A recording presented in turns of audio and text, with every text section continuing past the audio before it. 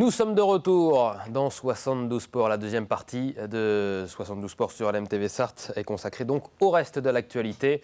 Et dans le reste de l'actualité, il y avait un match de basket hier entre le MSB et l'Asvel.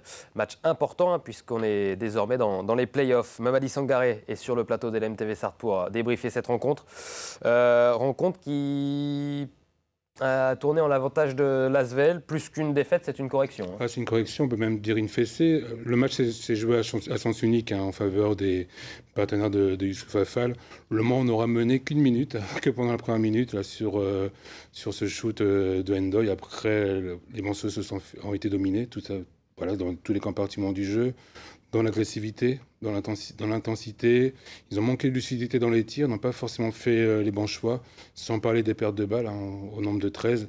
Mais c'est surtout au rebond que Le Mans, c'est un des secteurs où Le Mans a été très présent tout au long de la saison, où ils ont été vraiment bousculés et dominés par cette équipe rhodanienne qui était bien décidée à montrer qu'elle était maîtresse chez elle. Ça s'est fait d'entrée de jeu. Premier carton, je regardais ça tout à l'heure, il y avait déjà 9 points d'écart. Ouais, rapidement, ils accusent un 8-0 d'affilée après ces 2 points d'Ndoye, 6 points de Youssouf Affal, qui avait manqué d'impact au match aller, même si c'est lui qui avait crucifié l'équipe du Mans à la dernière seconde. Mais là, il s'est imposé en costaud, il a été très difficile à défendre. Carton a tout tenté, mais franchement, il était inarrêtable sur ce match-là. Et puis après, les Bost, Matthews, ont fait le boulot. Mais c'est vrai que le manque d'adresse de Morgan a aussi beaucoup pesé. On parle de Matt Morgan, c'est vrai que c'était le joueur ciblé visiblement par l'Asvel, il a été muselé et au final il a des stats qui ne ressemblent en rien à sa saison, 9 points seulement pour Matt Morgan. Tout à fait, mais c'est vrai qu'ils avaient pris TJ Parker avait mis en point un plan anti-Morgan qui a porté ses fruits, il n'a jamais eu de tir ouvert et rarement eu de tir ouvert, le peu qu'il a eu, il a manqué vraiment de lucidité, il y a eu beaucoup de prises à deux sur lui. Donc effectivement, leur plan a payé. Et puis comme Matt Morgan est aussi le baromètre de cette équipe du Mans, lorsqu'il est moins bien ou lorsqu'il est, je ne vais pas dire transparent, mais moins incisif, l'équipe le paye aussi. C'est vrai qu'à côté, les 16 points de Kazak Ajamikin n'ont pas su apporter, malheureusement, dans la balance. Il a fait son match, il a même pas mal servi ses partenaires, puisqu'il est auteur de 4 passes décisive, mais l'équipe n'était pas non plus au diapason. On n'a pas endossé, contrairement à cette équipe rhodanienne qui a endossé le maillot des playoffs, le maillot playoff de guerrier. Cette équipe du Mans, on n'a pas affiché ce visage combatif qu'on lui connaît très souvent à domicile tout au long de la saison.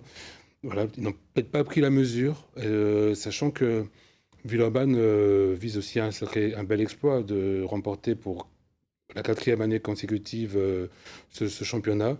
Donc ils étaient conditionnés et formatés pour.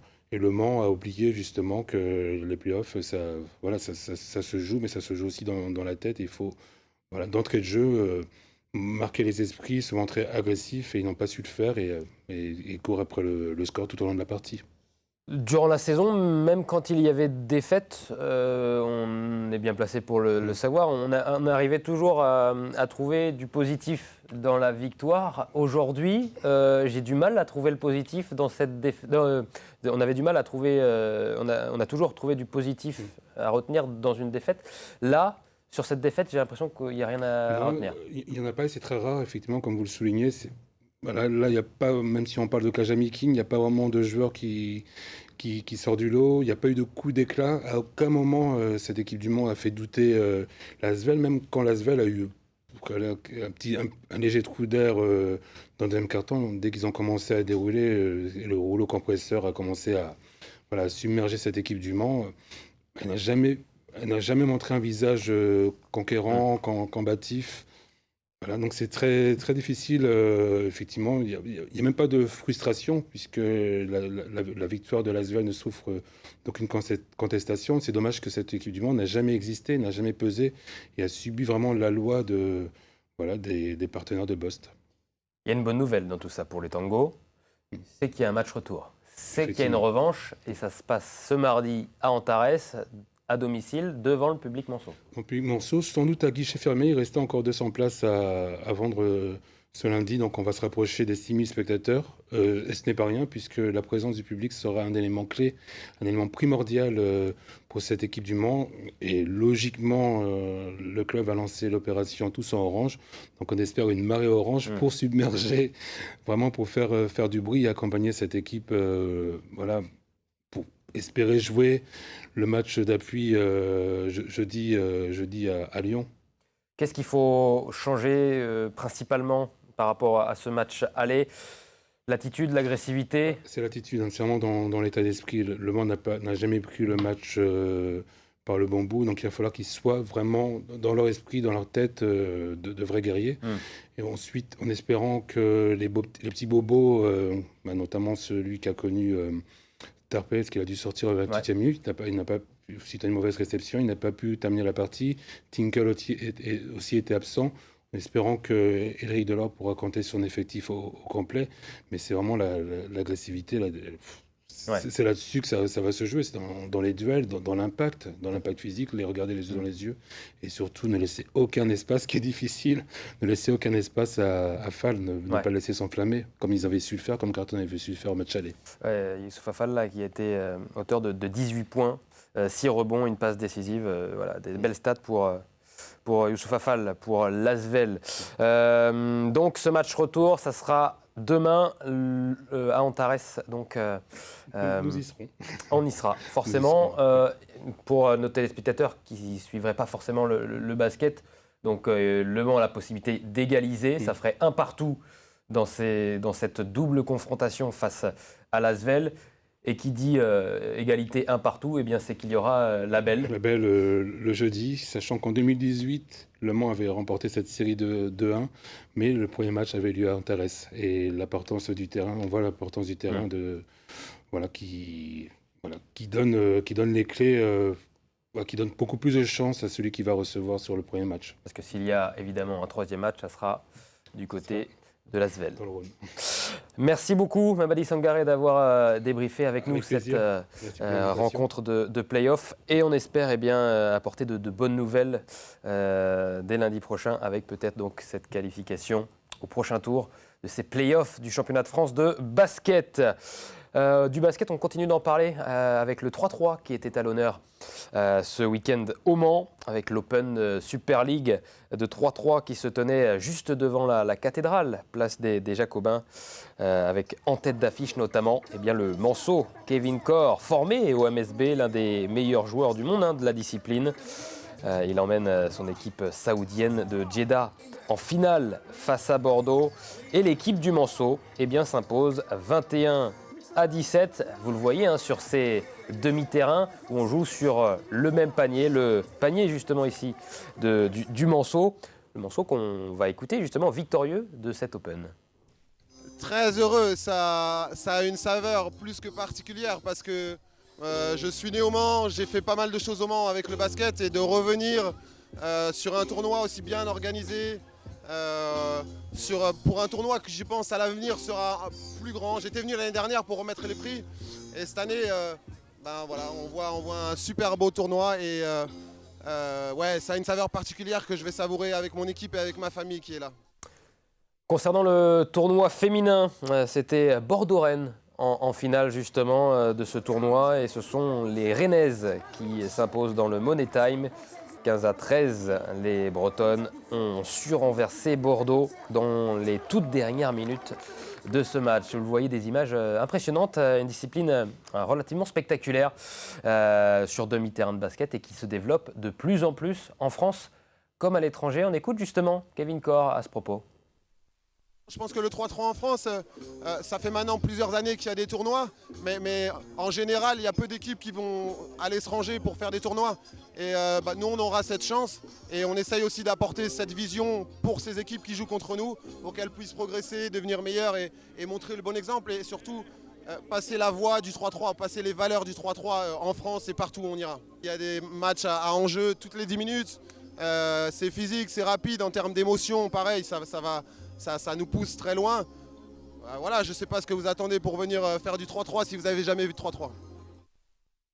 On ira, on viendra tester le 3 c'est promis.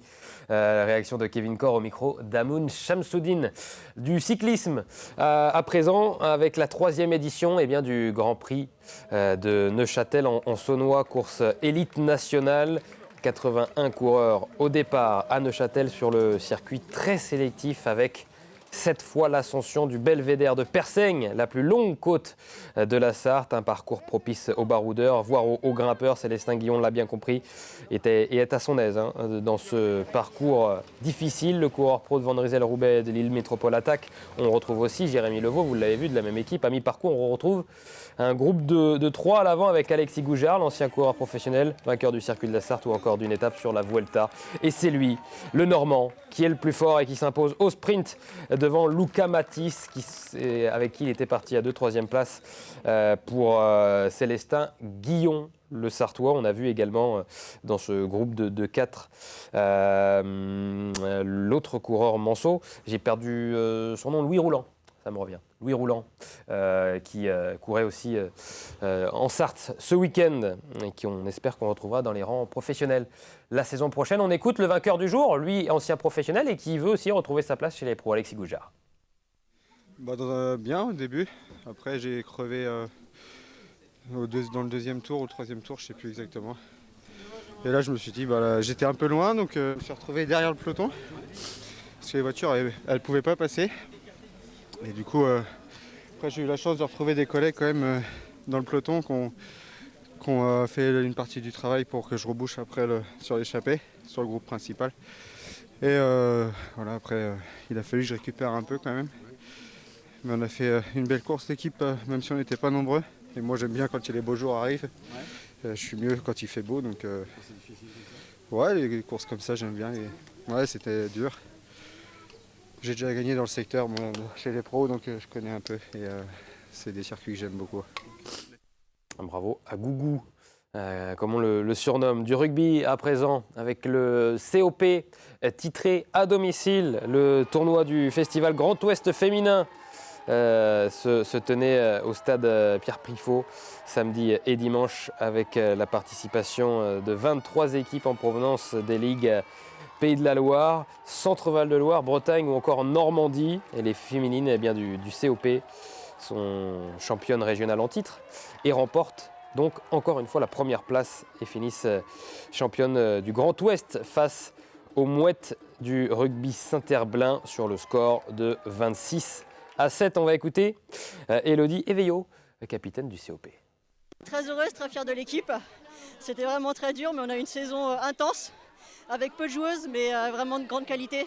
Des avants, des 3 quarts de fou, des jeunes, des plus anciennes, mais ça fait une super ambiance et c'est vraiment énorme. L'année dernière, on n'a pas pu faire les finales de Pays de Loire, donc cette année on y allait, on a gagné. On avait fait 2e Grand Ouest, donc l'objectif c'était vraiment de gagner cette année. On l'a fait, on a battu notre bête noire de l'année dernière, donc c'est vraiment une grande fierté. Ce qui fait la différence, je pense, c'est la cohésion d'équipe. On a vraiment un gros mental, on lâche rien, on s'est pris le premier SM, on est revenu. Et vraiment cette équipe, c'est vraiment que des battantes, avec des jeunes qu'on l'agnac, et vraiment on la voulait. Voilà pour une réaction là encore au micro d'Amoun Shamsuddin. Tout de suite, la carte des sports.